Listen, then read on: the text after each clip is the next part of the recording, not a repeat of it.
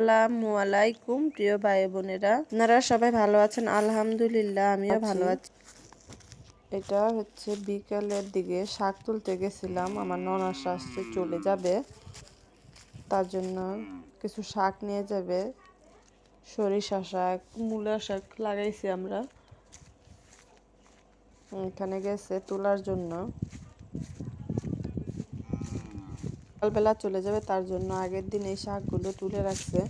কারণ সকাল সকাল তো আরো কিছু নিলে ওইগুলিও তুলতে হবে, তার জন্য আগেই বিকালের দিক দিয়ে শাকগুলি তুলে রাখছে। এই যে খালটা কেমন শুকিয়ে গেছে, আমরা খালের পাড়ে চলে গেছি। খালটা কেমন শুকিয়ে গেছে, আগে কিন্তু কত পানি ছিল বর্ষাকালে, আর এই যে দেখেন এখন কোনো পানিই নাই। মাছ ধরতেছে, এই যে শাক তুলতেছে, আর ওরা ছবি তোলা নিয়ে ব্যস্ত। তার মাঝে আমি আবার ওদের একটু ভিডিও করে নিলাম। বাচ্চারা এই যে আইসা পড়ছে ঘুরতে, কারণ শীতের ছুটিতে সবাই এখন গ্রামে বেড়াইতে আসে।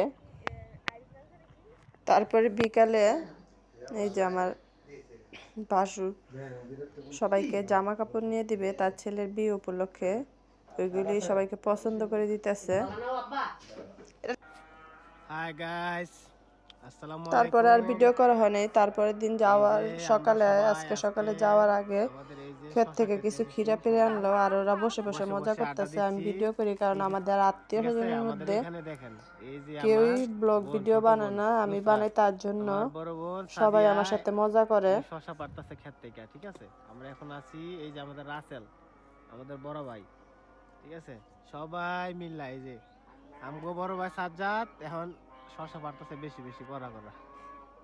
একটু পরে আমরা এটা লবণ দিয়া মরিচ দিয়া ক্ষেত খাবো। থেকে পেরে টাটকা টাটকা চাইলে খিরা আপনারা খেতে আসতে কিন্তু পারেন। ভালো লাগে। ওরা কিন্তু ধন্যবাদ। এখানে বসে ভর্তা বানায় খাইছে, পরে চলে আসছে ওখান থেকে আইসা চলে যাবে। এই যে ঘাটে ট্রলার ভিড়ছে, সবাই চলে গেল আজকে। যখন মেহমান আসে তখন কিন্তু বাড়ি ভরা থেকে গিয়ে চলে গেলে বাড়িঘর সব খালি হয়ে যায়। কিছু আমার কাছে চাল কুমড়ো শাক ছিল, ওগুলোকে তুলে নিয়ে আসছি, কারণ রান্না তো করতে হবে। রান্নার পুরো ভিডিওটা করা হয় নাই, বিকালের দিকে একটু চা বানিয়ে নিলাম।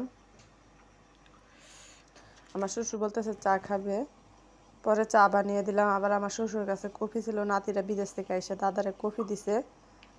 চিন্তা করলাম আমার শ্বশুরকে চা বানিয়ে দিছি, আর এই কফিটা আমার জন্য বানিয়েছি, দেখি যে টেস্ট কেমন।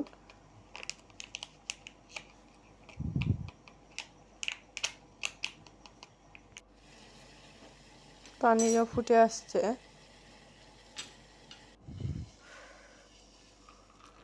এইভাবে মানে 3 in 1 থাকলে কিন্তু চা অথবা কফি যেটাই হোক বানানো অনেক সহজ। শুধু একটা ঢেলে দিয়ে গরম পানি দিলে হয়ে যায়। আমার কাছে তো এমন তাড়াতাড়ি হয়ে যায়। এই চা কফি বানাইতে অনেক ভালো লাগে। কালারটাও কিন্তু কি সুন্দর। ভিডিওটা ভালো লেগে থাকলে চ্যানেলটাকে সাবস্ক্রাইব করে দিয়ে আমার